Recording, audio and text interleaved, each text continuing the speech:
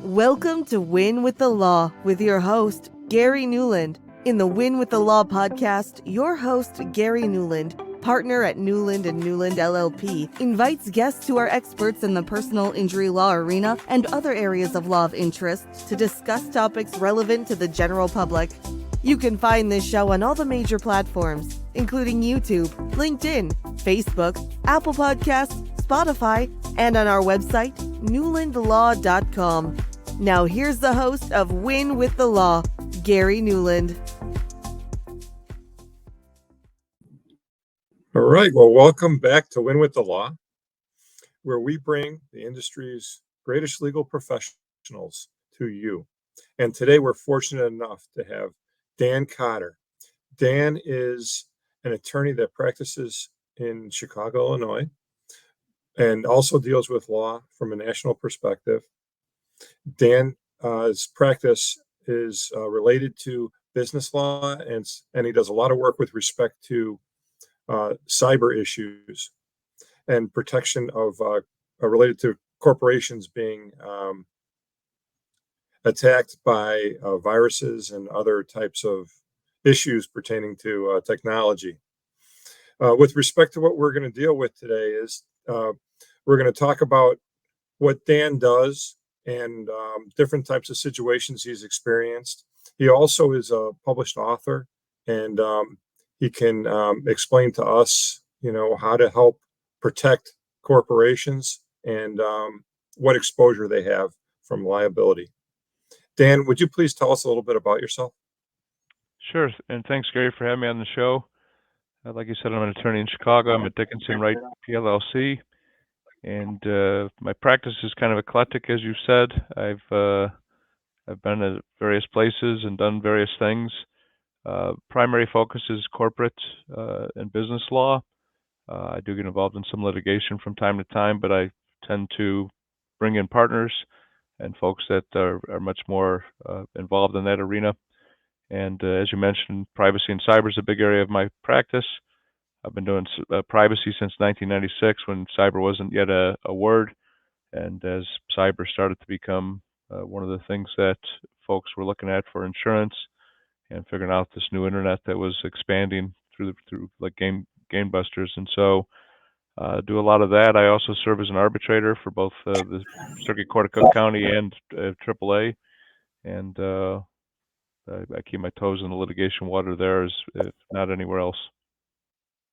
So, Dan, if you would start, could you tell us a little bit about your book? Sure. So in 2019, my book was published, The Chief Justices, and it's an attempt to give an accessible history to the United States seen through the center seat of the Supreme Court of the United States, from the first Chief Justice, John Jay, through the current Chief Justice, John Roberts, and we explore kind of history and put into the context some of the times and things facing each of the justices that was going on in the country and a couple of their cases. And like I said, it was something that's in law school and elsewhere. I just became very interested because, like any classes, I always tell people we get involved in these snippets of cases. We don't really pay attention to what court it's from or what time or anything. And one of the things that I recall is when I was teaching Supreme Court judicial biography at my alma mater, one of the students was surprised that the steel seizure case was during 1954, during the Korean War. And so there was no context. You just read the case and move on. So it's very interesting. So, and especially with what you do, you really have to be up on what's going on. And with the law, part of being up what's going on is knowing the history of the law as well. So in dealing with cyber related issues, it's interesting. So is it fair to say that the law has evolved from an era that prior to the cyber laws being passed, they kind of grew out of the laws that we had prior? Is that correct? That's very correct. And, again, I think one of the things that we see with the Supreme Court and its rulings in recent times is trying to figure out how to apply laws that weren't necessarily contemplated with an internet that's as pervasive as it is, with bad actors trying to get into all of our lives on one hand, and privacy concerns on the other. And so what has happened, Gary, is that there was kind of a gap in many ways with respect to how laws really applied. It really didn't contemplate the data world. It was paper, and we're seeing now many states passing privacy and cybersecurity laws, and it's growing in number every month. What's interesting is, we hear all the time that the founding fathers, maybe they couldn't have ever, you know, understood the idea of automatic weapons and the interplay they would have with our society. And just as guns have changed, it seems the right to privacy and the issues involved with the right to privacy have evolved significantly. Can you help me and help our listeners understand, how your practice deals with privacy issues? Sure. So it's in twofold. One is a proactive approach, and one of the things that I constantly tell clients and everybody is that it's the old adage, an ounce of prevention is worth a pound of cure. It really does apply in the privacy and cyber context. And so for most of my clients, and I deal with some individuals, but more of the business side of it, we try to make sure that they're cognizant of what data they're collecting, how they're using it, where they're protecting it, and then what statements they're making to the public. One of the things that's kind of evolving here is this kind of balance of our privacy rights and whether we have any. We all have these smartphones that have more data on them than all the libraries of the world one time had. I mean, it's just amazing the accessibility and convenience we have. So I a lot of times clients will come to me and they'll say, "This is what we're doing. We want to have a website presence, which everybody needs to do in this day and age. And how do we protect our data if we're in Illinois, if we're in California? Does it include biometric data, which is retinal scans and fingerprints and things that those in Illinois know very well with our legislation here?" And so that's the proactive part. On the reactive part, I get called by clients to deal with the fact that they've been hacked. Maybe they were victims of a wire fraud incident.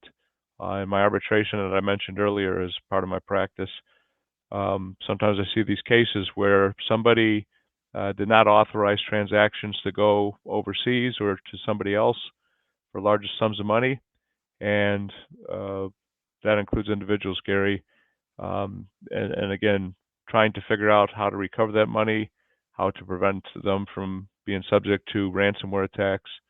And so it's both a proactive and reactive to the situations, but mostly it's again this kind of making sure that people understand the data that either they're giving out or that they're receiving, and that contracts and otherwise they're thinking about how to best go about safeguarding that data.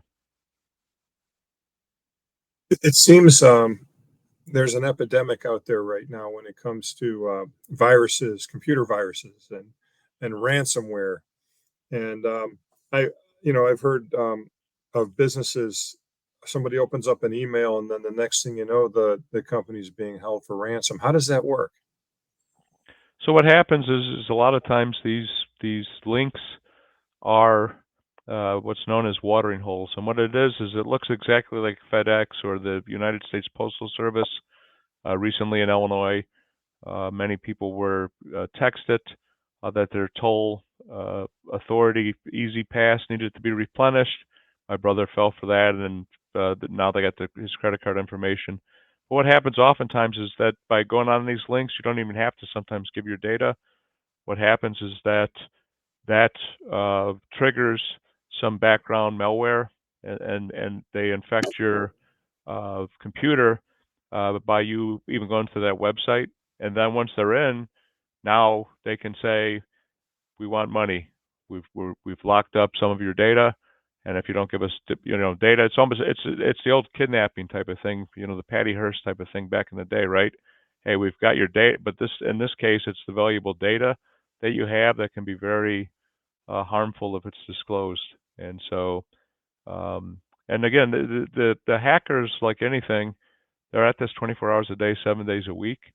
And one of the things that I think is becoming more and more apparent is that these are very good imitations of the actual web page. They might have a 0 instead of an O in the .com. They might have other things, but they look and feel like it's coming from Amazon or from Chase. And sometimes you get text as well. It says, call this number if you didn't authorize this transaction. Well, you call that number, and it's not the Chase Bank. It's the bad actors Chase Bank branch, and now they've got your personal data. They're trying to verify things, and they're off to the races. So it seems like there's a couple areas we're talking about now. One area would be where someone opens up an email, and that somehow causes a virus to get embedded, and they can hold your data hostage. The other area we're talking about is when they're tricking you into giving them information so that they can take advantage of you, and they pretend to be a company you're working with. I guess if you send out an email to 10,000 people claiming you're Chase, you're going to run into a lot of people that have a Chase account, right? Absolutely. And again, so please go on. No, you're absolutely right, and it's just a law of large numbers that if they send out those emails, like you said, even if 1% responds to it, and they can now trick you into giving your IDs, and whatever you have in your bank account could be gone within a few minutes.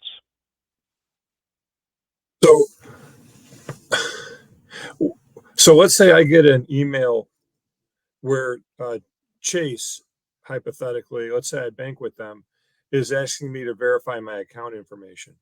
Do you have any suggestions on what steps I should take? Because I should, first of all, I should be suspicious, right? You should be suspicious, right?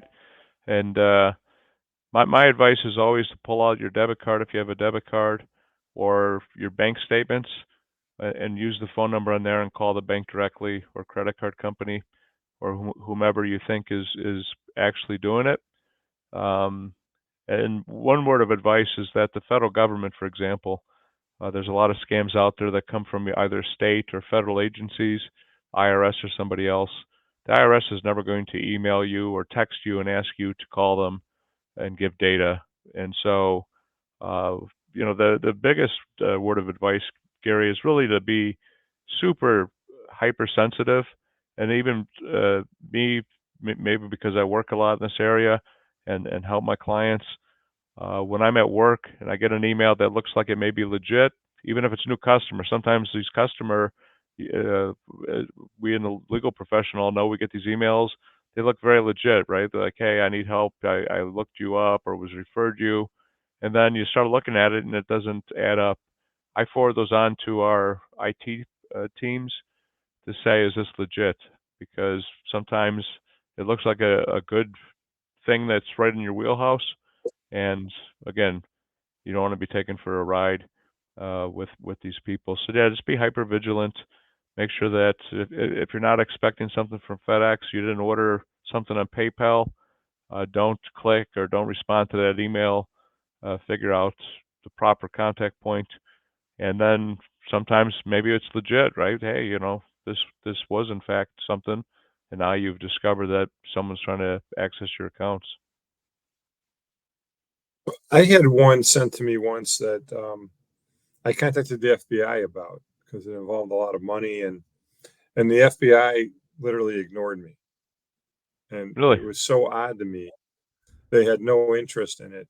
And I had played it out a little bit, and they had sent me a check for like $1 million, right? And they were trying to get me then to write a check off of that check. And it was fascinating to me. And then it was that the government had no desire to investigate, or time, I should say. Maybe they just don't have the time. I don't know. What is it? It's a good question. I mean, again, if you're getting that, then there's probably multiples getting that kind of thing. And again, that's a common scheme as well as the old, I need you to do something. I'll send you a check. And then, like you said, you deposit that check. Now they've now got your routing number, even if it's a cashier's check, and you've asked you to send money. I don't know why the FBI and others aren't necessarily interested in some of that stuff. Do they have big cases? Sure, but $1 million is pretty big scam. And when you look at the Department of Justice, you look at the FBI, you look at the Federal Trade Commission, you look at the Biden administration, they're seems very interested in protecting against these cyber crimes, right, and tracking them down. They're often foreign state actors. So yeah, it's puzzling to me sometimes when you raise something like that, and like you said, no interest at all, and no real good reason of why they're not interested. It seems these issues have impacted every business, and everybody at least knows somebody that has been impacted. Are you? Can you give us examples of experiences you're aware of that specifically involve ransomware? Sure. One of the law firms I worked at in my career, one of the colleagues of mine, she went to a website that happened to be one of those watering holes that I told you about. They call them watering holes because, like the water cooler, people congregate around these, and they look very similar to what you would go onto the website for. She was doing research, and it turned out it was a Chinese created website that had legal information on it. And within 45 minutes or an hour on a Sunday that she accessed this website, the law firm was notified that bad actors had put into a locker, a virtual locker, our data. The good news at that firm was that we took images every hour of the systems and backups, and so we were able to not have to pay ransomware.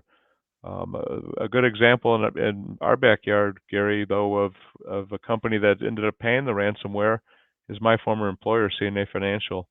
They paid $40 million a few years ago to ransom attackers.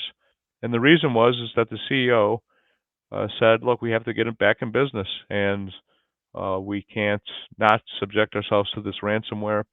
If you read the literature, for example, the FBI and again the Biden administration and all the federal agencies, they tell you do not engage in paying ransomware, right? We want to demotivate these people. We want to make sure that we're not dealing with bad actors, especially if they're foreign-owned, foreign state actors.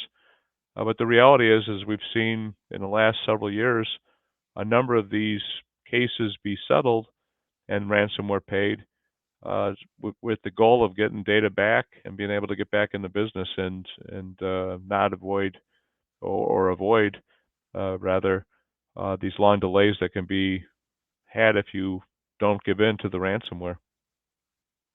So it's purely a business decision. So a large corporation, like you had mentioned, insurance company, pays $40 million just because they determined that the costs were greater not to pay it, and that was in the best interest of the company. Is that correct? Yeah, and shareholders and other interests, and again, the reality is that it's not just big companies that get these ransomware attacks. We've had clients, small banks in Central Illinois. We've had other small businesses that have suffered from ransomware attacks. Colleges and universities, health care providers, every industry, as you said, every form of business has been attacked.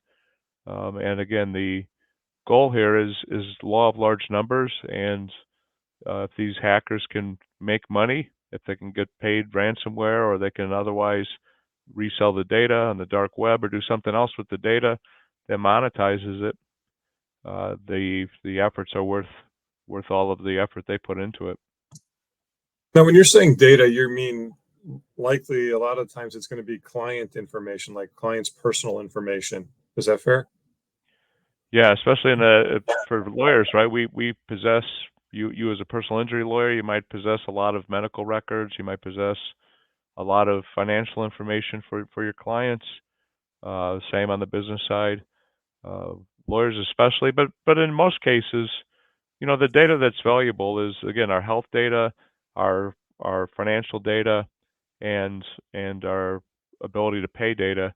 Why is that? Because those are things that can either be sold or that they can utilize to make more money. And we as lawyers especially, but a lot of your other listeners, Gary, just have a lot of uh, data that we collect and have that can be of value to others. When you say sell it, I've heard people talk about the dark web. Is that what the dark web is about? Yeah, there's a thing called the dark web, and if you have any kind of ID protection or other things, they'll notify you that your email address might be on the dark web, your passwords. And again, one of the things that happens is that most people, because there's so many different apps on our phones, there's only so much capacity for us to remember all this stuff. If they can get into our email and then hack the email, they can start to see passwords and bank statements and other things that then turn into, again, making more money.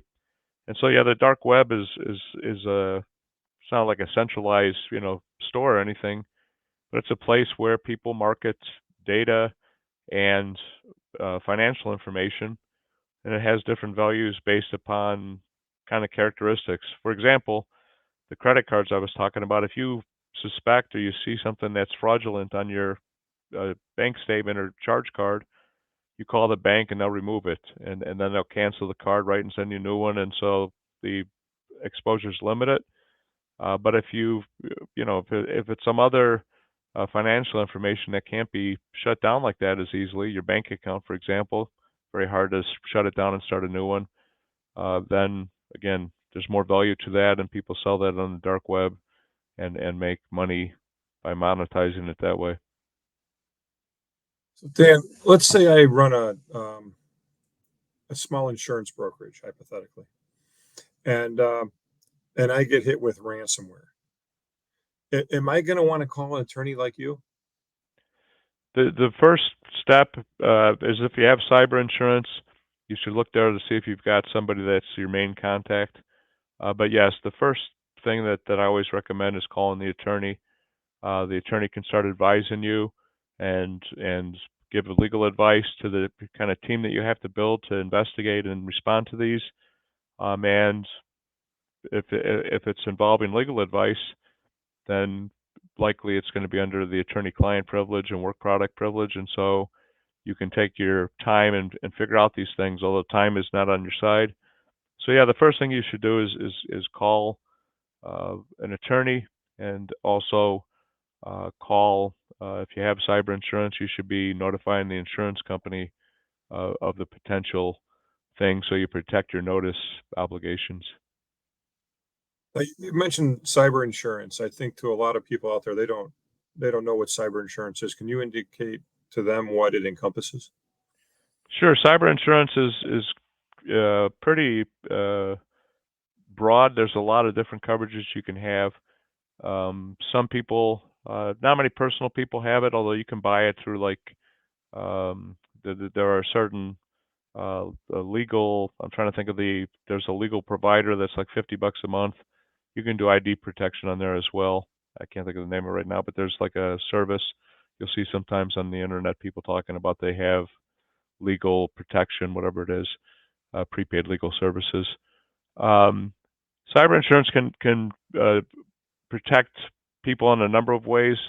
There can be business interruption, so that if you do get subject to ransomware, you can potentially recover as a business for the delays and kind of impact on your business.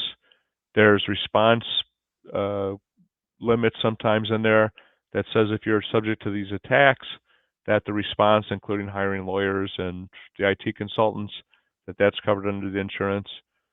They really vary. There's no standard market for like auto, right? We all go buy auto policies. They pretty much have the same stuff in them, right? Liability, property damage.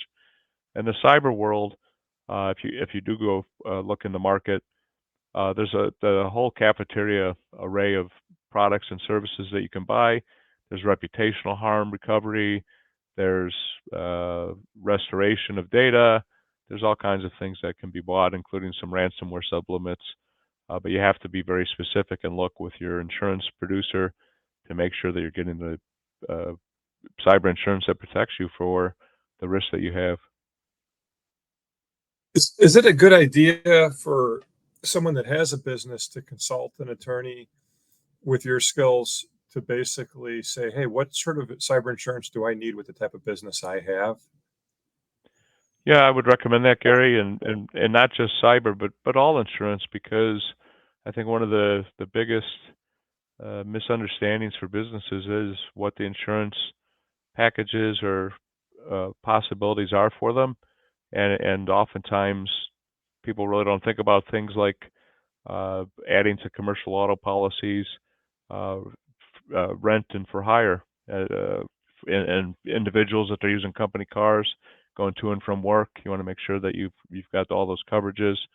If you're an individual, oftentimes that are moonlighting, doing DoorDash or doing Amazon deliveries or something out of your car, you want to make sure that you've got a commercial coverage provision, because most personal auto policies say if I'm driving, you're not covered if you're doing commercial activities, right? Because the risk is increased. You're on the road more. So let's say somebody, so you're a business person and you're supplying a vehicle to an employee, then you definitely can't presume that that person's liability coverage for their vehicle, personal liability coverage, is going to cover them for when they're driving for your business purposes, correct? That's correct. And you want to make sure, again, that the business has insurance on that car, so that God forbid something happens, you are not exposed. Now, are there any resources or any materials that you would suggest a business owner review or utilize that may be of assistance to them? For the cyber stuff, or for insurance, or For just the in general? cyber stuff, mostly, yeah. Yeah. One good resource I would always recommend people go look at is the Federal Trade Commission, the FTC.gov webpage on cyber. And the reason I suggest that is that it has a lot of guidelines. It has a lot of consumer kind of facing pieces that tell consumers what they should be looking for from various types of businesses. And it also has a lot of consent orders and papers posted that show kind of what the FTC is looking at in terms of privacy and cyber and data collection and protection. So those are good spots. People can look on the cyber insurance side. There's an organization called the National Association of Insurance Commissioners, and that's at NAIC.org. And again, if you type in NAIC and cyber, there's a whole host of how the insurance industry is thinking of these things that you can again see kind of how to deal with these things. Along those lines, when someone is attacked, or they're being held, their data is being held hostage, are you able to advise before and after this takes place, I should say, what consultants they should be working with, maybe software advice and things like that as well? Is that part of your experience? It is part of my experience, and we've worked with various forensic IT types of people oftentimes to try to get at the root cause of the issues, as well as restoration people. And yes, that's all part and parcel of it. We'll have a conversation with the clients both before and after they've faced these things to make sure they've got a team in place that is able to address their needs, protect them, fix things so that they can get back in business or get back to full business. Dan, I think what you do is very highly specialized. I mean, I know a lot of attorneys, and I can't say I know many that do what you do. It's really important in today's times. I'm going to ask you a question. It may sound silly, but what I just, in my mind, it's like, why can't the government do something just to stop this behavior? Why is it that complicated that they just can't affect it significantly? It's an excellent question because we've all read reports, right, and high-level reports, but we always read reports when Russia or North Korea or the Ukraine or somebody in the past has done some massive attack, right, that the U.S. government knows how to react. And again, just like with the FBI kind of not really doing anything, they're monitoring these things. They know who some of these bad actors are. The biggest challenge probably is that they're offshore somewhere and trying to find them, just like any kind of bad actor. But yeah, you would think that the government might be able to do something. There's talk right now of a national privacy law that would standardize things that's in Capitol Hill. I debate whether or not there's any chance, with this current situation of Congress to accomplish something that massive. But that would be one step. But yeah, I think, you look at the EU, for example, and the EU's regime on privacy and data protection, and they seem to be doing a pretty good job, right? You don't see quite the number of hacks over there. You don't see quite the number of these situations that we see in the U.S. So you would think that something could be done, but like a lot of things, I sometimes wonder if maybe, like it said, I'm being silly, that can be aspirational, that they could actually solve this problem. Yeah, it seems I don't know if there's much of a will out there right now with all the other issues we have going on, but what a drain this is on American business and just individuals. I know, when I go through my emails, I see, almost daily I see suspicious emails nowadays. Yeah, it's So, and probably at your firm email and your personal. It's just they constantly, bad actors are just constantly, like you said, hitting, and if they hit 10,000 and just need one person on a good day to cash that $1 million check and drain your bank account, right? yeah, I had a friend who, they got some email that I was out of the country, and then I got mugged and lost my wallet, and they needed to have them wire some money, and they did. And I was just like, thank you. That was so kind of you to do that, but that wasn't me, and Yeah. and it's just, what do you say? I mean, I almost felt like I should reimburse them, but at the same time, I was like, I don't know why you did that. It creates these really awkward moments. I still don't know what proper etiquette is in that situation. Yeah, I don't know either. The real scary part, you raised something that I was hadn't been thinking about right now. Is right now one of the things with deep fakes and voiceovers and all this artificial intelligence being able to build. One thing that I've read about in recent months, and I don't know how frequent it is, but one of the things that bad actors are doing is that they somehow capture, say, your voice, my voice, and then they call one of your relatives because they've hacked your phone, and it's a message that they're holding that person, for ransom.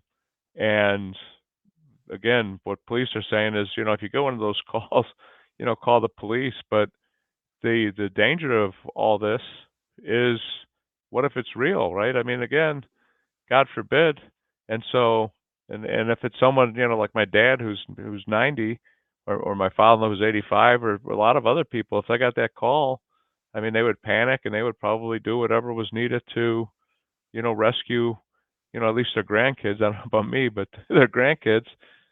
we're in scary times with all this. It really are. It's I'm just glad there's people like you out there that are that we can use and when we need somebody, when our businesses are being hacked or we're being held for ransom. So you're kind of like it's almost as if you provide a function I feel like the government should provide. It's like I would call you before I would call the police if I was being held for ransom. Right. So, but I really do appreciate you being here today, Dan. Is there anything you wanted to add?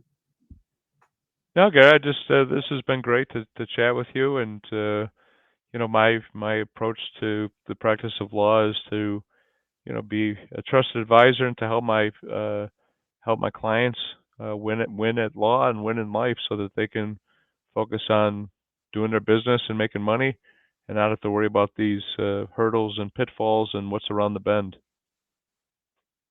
Well, that's great, and thank you again. And I'd also want to say we're signing off now from Dubuque, Iowa, near the Field of Dreams.